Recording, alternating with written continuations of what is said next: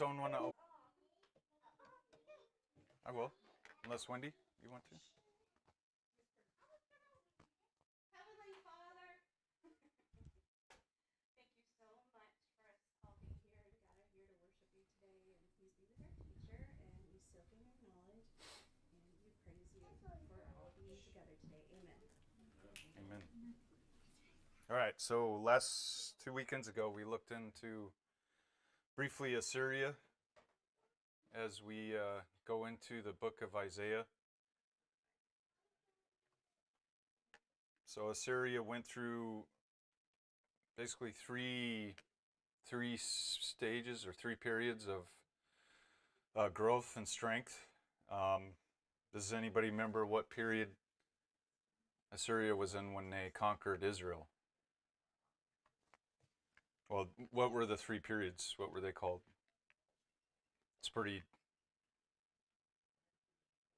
It was pretty, you had the old empire, the mid-empire, so, and then the Neo-Assyrian Empire. Uh-oh.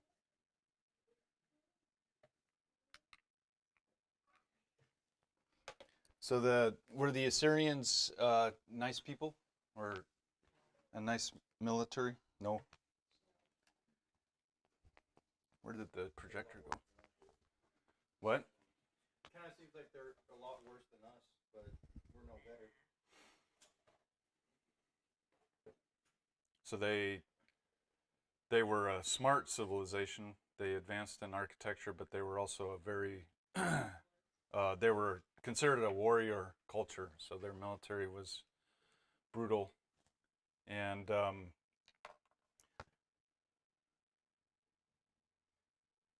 so they conducted genocides, massacres. They cut off, body parts and made piles or temples out of them. And essentially, what we'll see in Isaiah is they would form vassal rulership. Does anybody remember what vassal rulership is? Like rulership through like a by proxy. So they'd have basically a puppet king.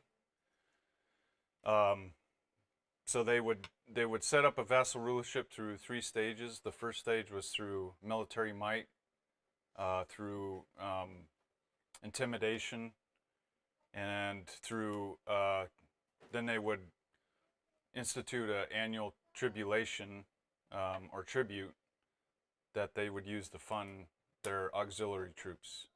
And a lot of times that tribute would increase based on the disobedience of the vassal nation.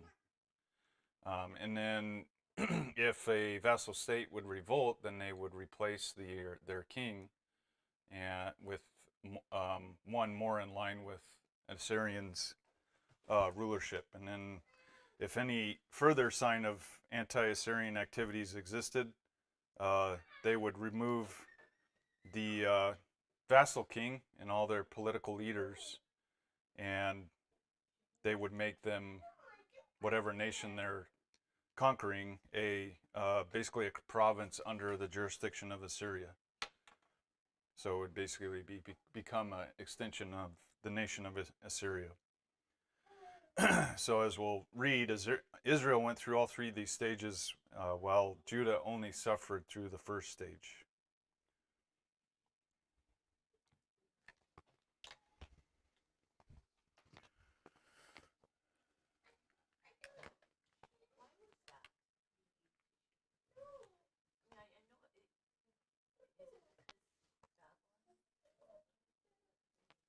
That Judah only went through the first stage? And no, we'll get into that. Yeah, you're not. It's good to ask questions. Think forward. That's right. Keep the sweat rolling.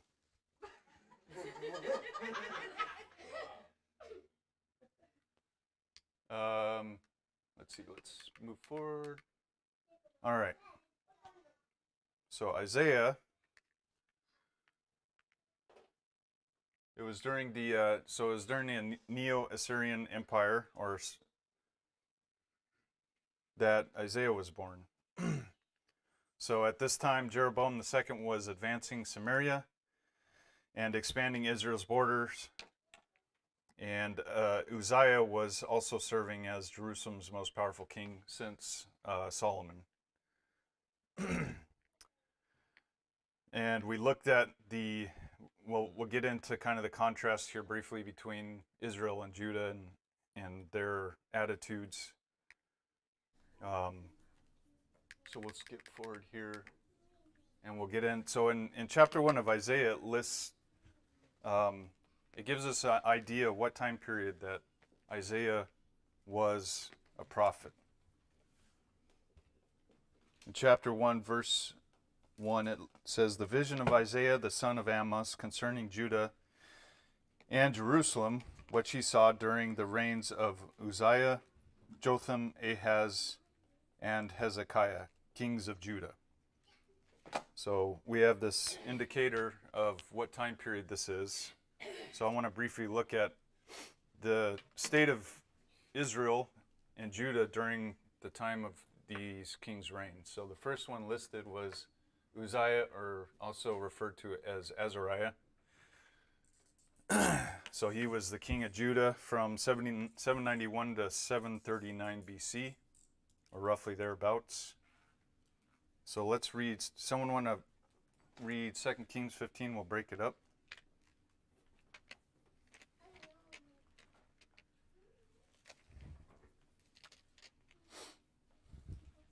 You said second 15? Yeah, let's.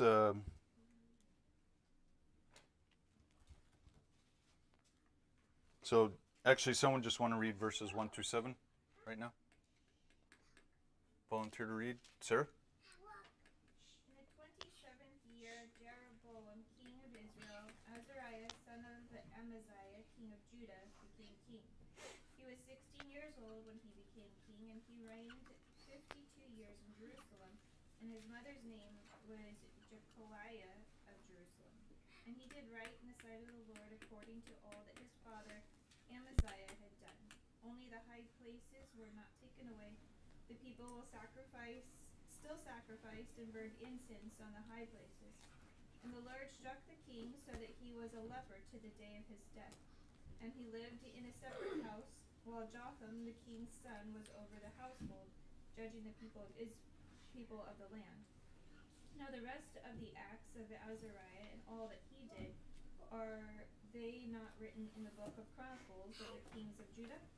And Azariah slept with his fathers, and they buried him with his fathers in the city of David, and Jotham his son became king in his place.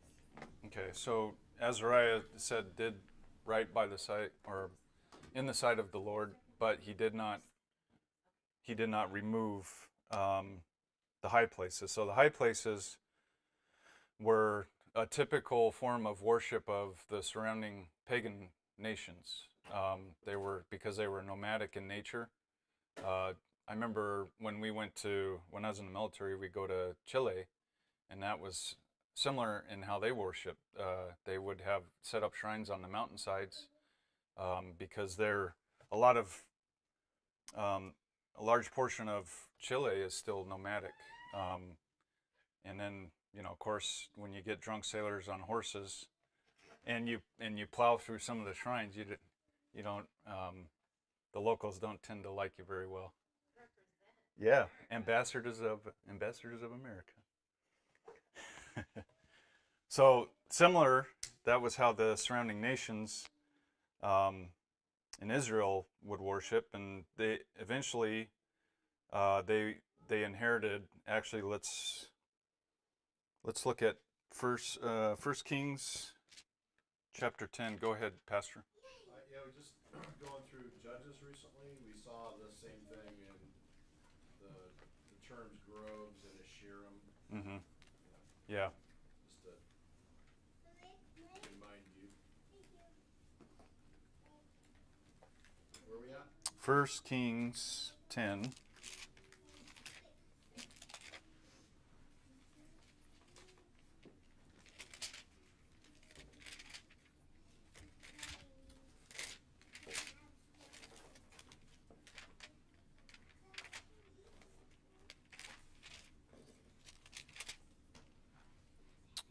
So I want to. This kind of all started with. This kind of all started with Solomon, and we'll see that from there, Israel and Judah had a hard time letting go of this form of worship. So, someone want to read chapter 10, the first. Let's see, we got. We got 29 verses. So someone want to read the first 14, and someone want to finish it up. Val, you'll do the first 14. 1 Kings 10, 1 through 14. Yeah, and then someone want to finish it up. TJ. Now when the queen of Sheba heard the fame of Solomon concerning the name of the Lord, she came to test him with hard questions. She came to Jerusalem with a very great retinue of camels bearing spices and very much gold and precious stones. When she came to Solomon, she told him that all that was on her mind. And Solomon answered all her questions. There was nothing hidden from the king that he could not explain to her. And when the queen of Sheba had seen all the wisdom of Solomon, the house that he had built, the food on his table, the seating of his officials, the attendance of his servants, their clothing, his cupbearers, his burnt offerings that he offered at the house of the Lord, there was no more breath in her. And she said to the king, the report was true that I heard in my own land of your words and your wisdom, but I did not believe the reports until I came and my own eyes had seen it. And behold, the half was not told to me. Your wisdom and prosperity surpass the report that I heard. Happy are your men, and happy are your servants who continually stand before you and hear your wisdom. Blessed be the Lord your God, who has delighted in you and set you on the throne of Israel. Because the Lord loved Israel forever, he has made you king, that you may execute justice and righteousness. Then she gave the king 120 talents of gold and a very great quantity of spices and precious stones. Never again came such an abundance of spices as those that the queen of Sheba gave to the king Solomon. Moreover, the fleet of Hiram, which brought gold from Ophir, brought from Ophir a very great amount of almug wood and precious stones. And the king made of the almug wood supports, and for the king's house, lyres and harps for the singers. No such almug wood has come or been seen to this day. And King Solomon gave to the queen of Sheba all that she desired, whatever she asked besides what was given her by the bounty of King Solomon. So she turned and went back to her own land with her servants. Now the weight of gold that came to Solomon in 1 year was 666 talents of gold. Besides that, from the traders and the wares of the merchants and the kings of the Arabs and the governors of the country, King Solomon made 200 large shields of beaten gold, using 600 shekels of gold on each large shield. He made 300 shields of beaten gold, using 3 minas of gold on each shield, and the king put them in the house of the forest of Lebanon. Moreover, the king made a great throne of ivory and overlaid it with refined gold. There were 6 steps to the throne, and a round top to the throne at its rear, and the arms on each side of the seat, and the 2 lions standing beside the arms. 12 lions were standing on the 6 steps on the one side, and on the other, nothing like it was made for any other kingdom. All King Solomon's drinking vessels were of gold, and all the vessels of the house of the forest of Lebanon were of pure gold. None was of silver; it was not considered valuable in the days of Solomon.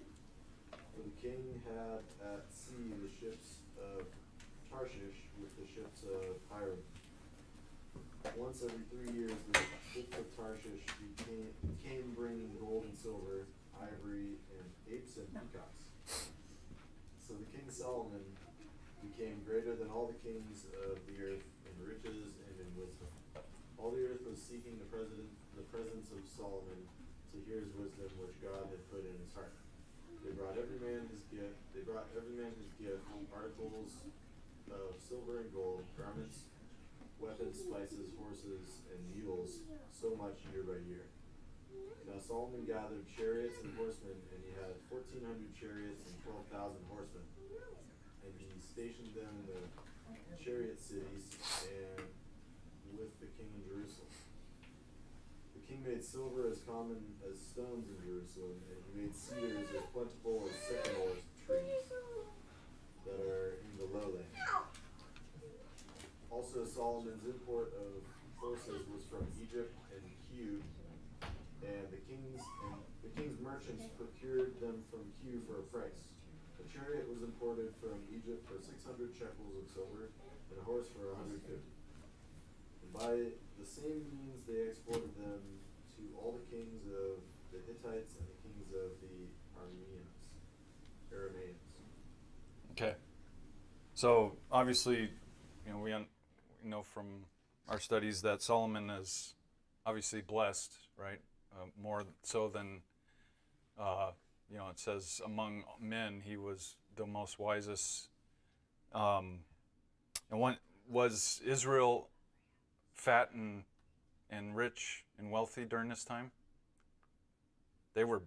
One thing to consider, granted they've been blessed with all this, but they were a hardworking nation at this point, right? I mean, all these items that he lists and the ships takes craftsmen, it takes hard work. So they were a nation that most men were being enlisted into, doing hard work. And we'll see that come up as an issue with Jeroboam. So Jeroboam, if you imagine your father's, the wisest man in the world, and you're rising up in the shadow in a nation that's wealthy. So we'll be covering Jeroboam.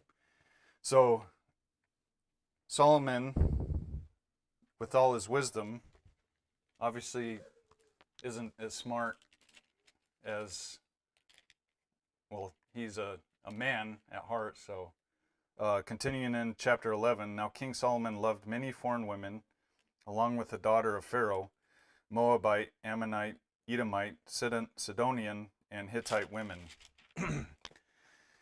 And from the nations concerning which the Lord had said to the sons of Israel, you shall not associate with them, neither shall they associate with you, for they will surely turn your heart away after their gods. And Solomon held fast to these in love. And he had 700 wives, princesses, and 300 concubines, and his wives turned his heart away. For it came about, when Solomon was old, his wives turned his heart away after other gods, and his heart was not wholly devoted to the Lord his God, as the heart of David his father had been.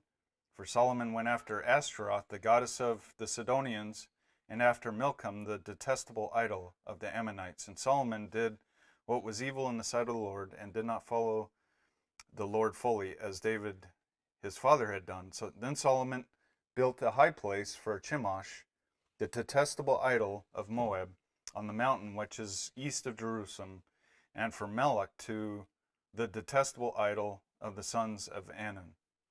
And thus also he did for all his foreign wives, who burned incense and sacrifices to their gods. So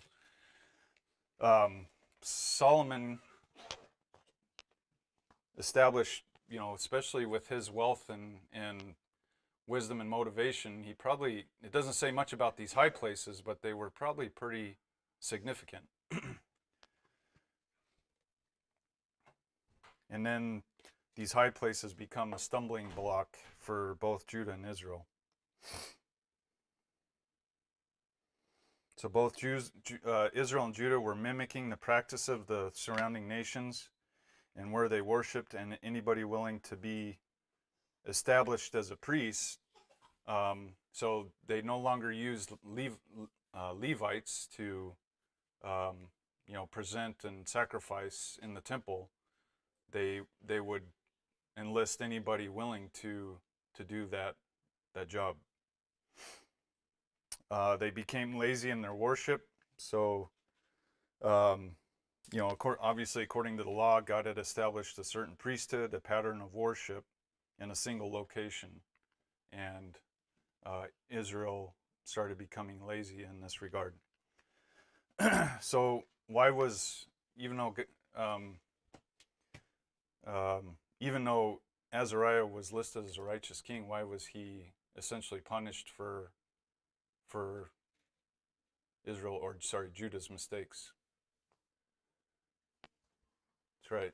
So he was responsible for the nation and their spiritual well-being. Okay. Azariah. Uzziah.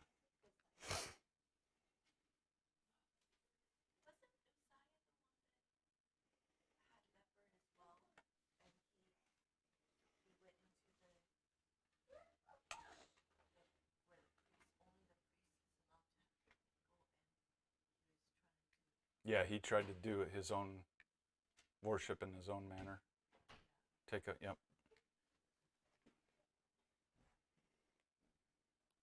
So he took it upon himself to offer incense. I can't remember.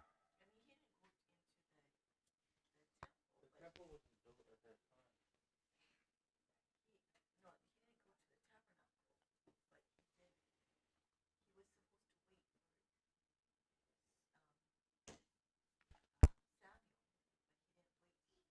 Mm. Yeah, I think you're right. Okay. So during Uzziah's reign,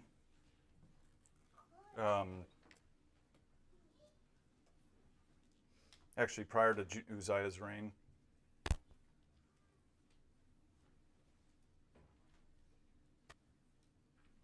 no, it's during, sorry.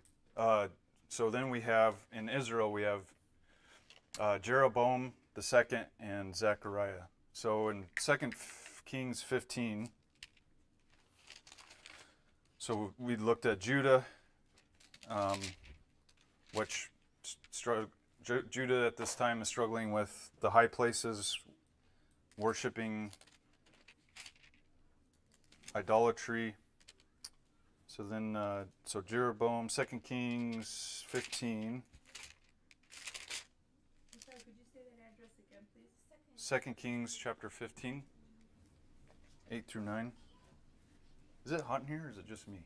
It's just you. Sweating like a stuffed pig. Then your turn. So it says, in the 38th year of Azariah, king of Judah, Zechariah the son of Jeroboam became king over Israel and Samaria for 6 months. And he did evil in the sight of the Lord, as his fathers had done. He did not depart for the sins of Jeroboam the son of Nebat, which he made Israel sin. So we'll see several times when referring to the deeds of the kings of Israel, it says that they did not depart from the sins of Jeroboam. So is it referring to the Jeroboam the second or Jeroboam the first?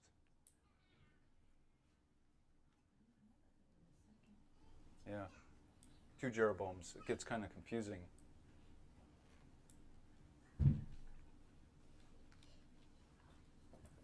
How would we find out? History? The Bible? Who's it say that he's the son of, this Jeroboam?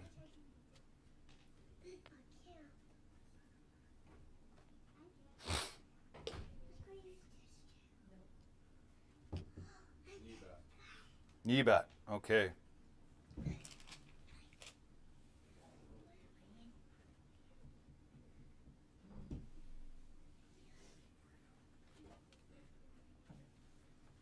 So then when we turn back to chapter 14 and look at verse 15, this Jeroboam the second, is the son of, where'd it go? Jeroboam and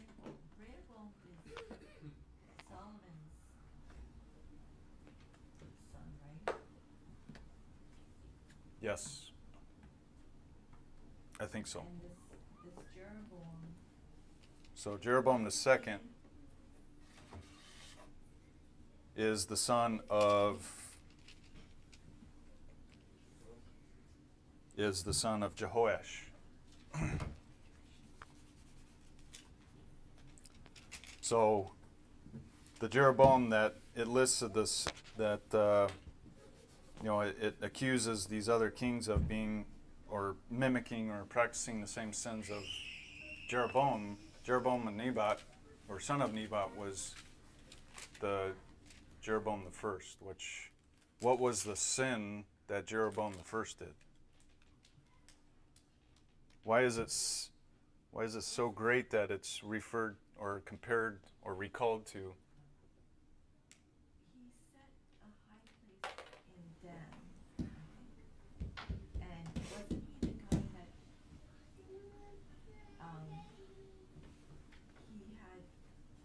he was a commander in Solomon's time, but then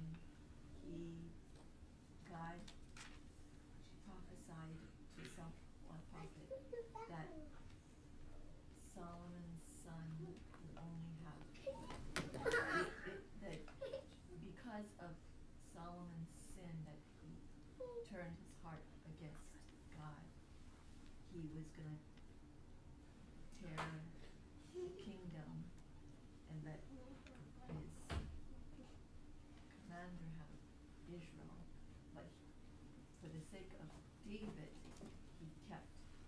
he was gonna let the Solomon's son have 4 tribes or 2.5 tribes. I forgot. Yeah. So what? You're on the right track. So, do you remember how that transpired? How that prophecy transpired? So when Solomon died, his son came on the scene, Who's the son? Rehoboam. Okay. And before that, though, Jeroboam had fled to Egypt because something, I guess, Solomon found out about him. But then, when he found out that Solomon had passed away, he came back, and the people came to Rehoboam and said, if we'll counsel him, lighten the load type of thing. And then he said, give me 3 days, I'll give Right. you an answer. So remember what I said? How the people. This was Israel at this time was, I guess, an industrious nation. They were hardworking. The men were being, the craftsmen were being worked pretty hard. So, like you said, they approached Rehoboam to ask that their yoke be lightened. But then he went to his peers, and they said, no, you're the king, make it harder for them. No, they said that he should listen to his people, and The older council, yes, but his peers, no. oh yeah, you're right. His peers is Yep. the ones that gave him bad counsel. That's right. And so then he went back, but then that was already prophesied, and that's why Israel left. It's like we don't have any part of Judah, so they split. Yeah. So in response, Rehoboam said, my father disciplined you with whips, but I will discipline you with scorpions. So he didn't listen to the people's request and actually increased their load. So Israel began revolting against the king. So Rehoboam retreated to Jerusalem, where he began building an army to fight against Israel. And then, but the Lord, through Shemaiah told Rehoboam that he must not go against his relatives. Did he listen?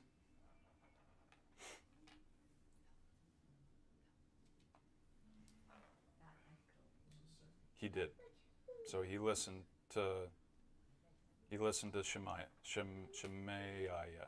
I think that's how you say it. So meanwhile, Jeroboam was expanding his territory and thought that if Israel began returning to Jerusalem to worship God, that they would again support Rehoboam. So that's when he set up, he convinced Israel that it would be easier to establish their own place of worship instead of traveling to Jerusalem each year. So that's, like you said, he set up golden images in Bethel and Dan. Also, there's two places. Right. Two golden calves. So you keep saying Israel, but you gotta make The northern the northern 10 tribes. Yep. Yeah.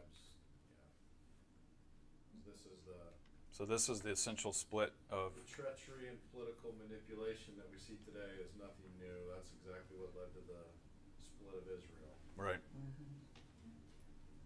So Jeroboam set up high places. He elected priests that were not of the tribes of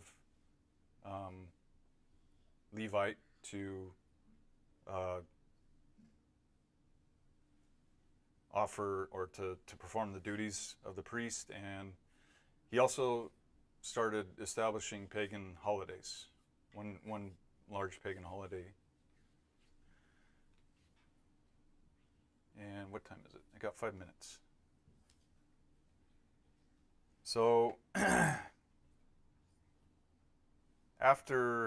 that's the, when we start seeing these kings being, or the Lord recalls the sins of Jeroboam. His sin was basically splitting and waging war against his own brothers, splitting the northern and southern tribes. The thing is, God told Jeroboam that if you turn your heart to me, that he promised that he would let him reign for his son's reign. Mm-hmm. But because of that sin, he took it away from him. Right. So, going back, both Jeroboam II and Zechariah practiced or were accused of practicing in the same manner as Jeroboam. So, hardness of heart, worshiping idols, setting up high places.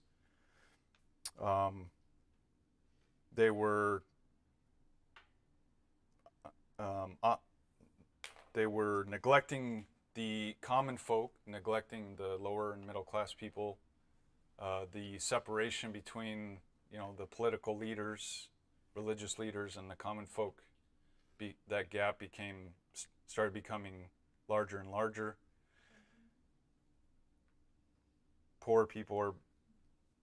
The poor were becoming poorer. So then you have treachery and animosity starting to rear its head within the northern tribes. So Zechariah, who was king for almost a year, I don't think it was quite a year. That is in 15.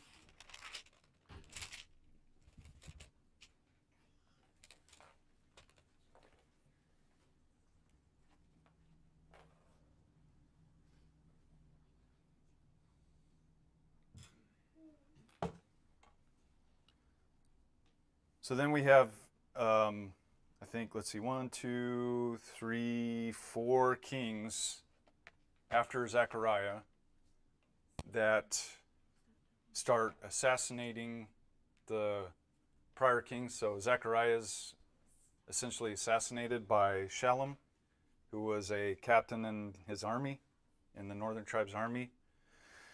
And then Shallum was an instrument in fulfilling the prophecy concerning Jehu. So when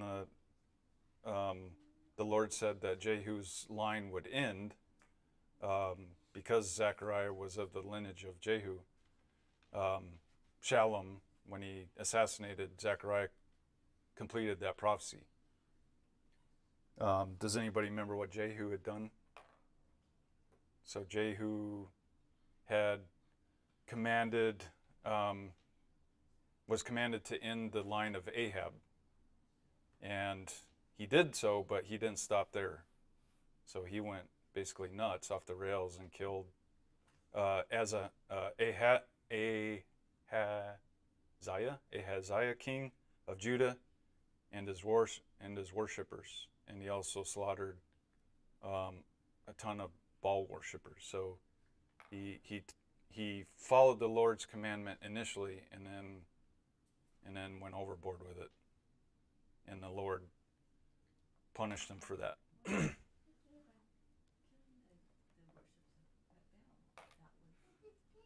That wasn't what the Lord commanded him to do. Just the line. Just the line of Ahab. So, Shallum is then assassinated by Menahem, who was also a captain or officer in the military.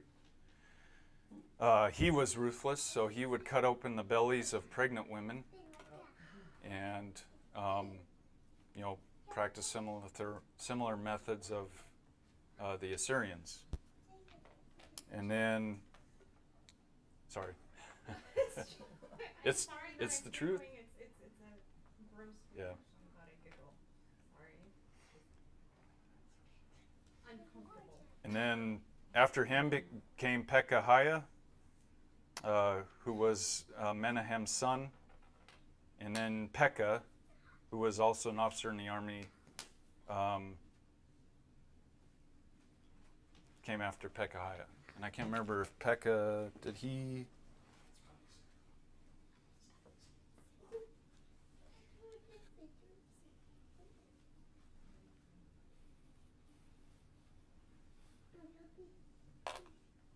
Yeah. Pekah, son of Remaliah, his officer, conspired against him and struck him in Samaria. So within essentially 13 years, Israel went through 5 kings. Zechariah and 3 of the remaining kings were officers in the military, were of military nature. So obviously Israel, and that actually, I think, let's look at Hosea 7. It kind of eloquently describes the state of Israel. Hosea 7, 1 through 7.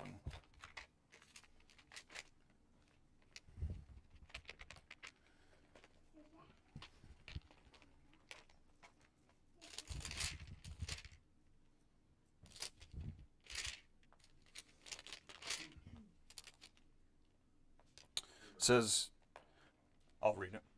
I'm almost out of time. So. When I would heal Israel, then actually, if you want to, Pastor, if you're there. When I would heal Israel, the iniquity of Ephraim is uncovered, and the evil deeds of Samaria, for they deal falsely. The thief enters in, bandits raid outside. And they do not consider in their hearts that I remember all their wickedness. Now their deeds are all around them, they're before my face. With their wickedness they make the king glad, and the princes with their lies. They are all adulterers, like an oven heated by the baker, who ceases to stir up the fire from the kneading of the dough until it is leavened. On the day that our king, the prince, became sick with the heat of wine, he stretched out his hand with scoffers. For their heart are like an oven, as they approach their plotting. Their anger smolders all night, in the morning it burns like a flaming fire. All of them are hot like an oven, and they consume their rulers. All their kings have fallen, none of them calls on me. Ephraim mixes himself with the nations, Ephraim has become a cake not turned. Okay. So, verse 5, 6, and 7, I like how it describes basically the anger. It talks about their oven, and their anger smolders all night. In the morning it burns like a flaming fire. So there's a lot of animosity and anger within Israel during this time, during this 13-year period. Obviously, I mean, they cycled through. Could you imagine the U.S. going through 5 presidents, 3 of which were assassinated? Yeah. Okay, I'm out of time, so we'll continue on and look at the other 3 kings listed in Isaiah chapter 1. Hopefully we'll get a full picture of what the state of Israel and Judah is like during Isaiah's prophecy, or during his time as prophet. All right, that's all I got. Someone want to close this prayer?